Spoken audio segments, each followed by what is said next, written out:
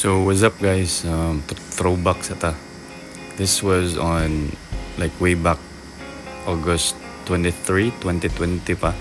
So kani siya nga mountain, muna siya ang Mount Kalo-Kalo. It's an ancient or extinct volcano, part of the Kalatungan mountain ranges, and this was what muna siyang dalan padulong sa Sagumata Falls dito sa Barangay Lourdes, Valencia City, Bukidnon.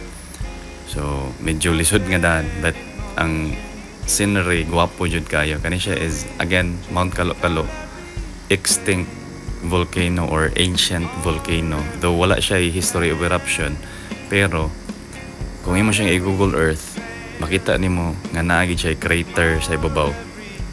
Mubo lang siya, mubo tan-awon.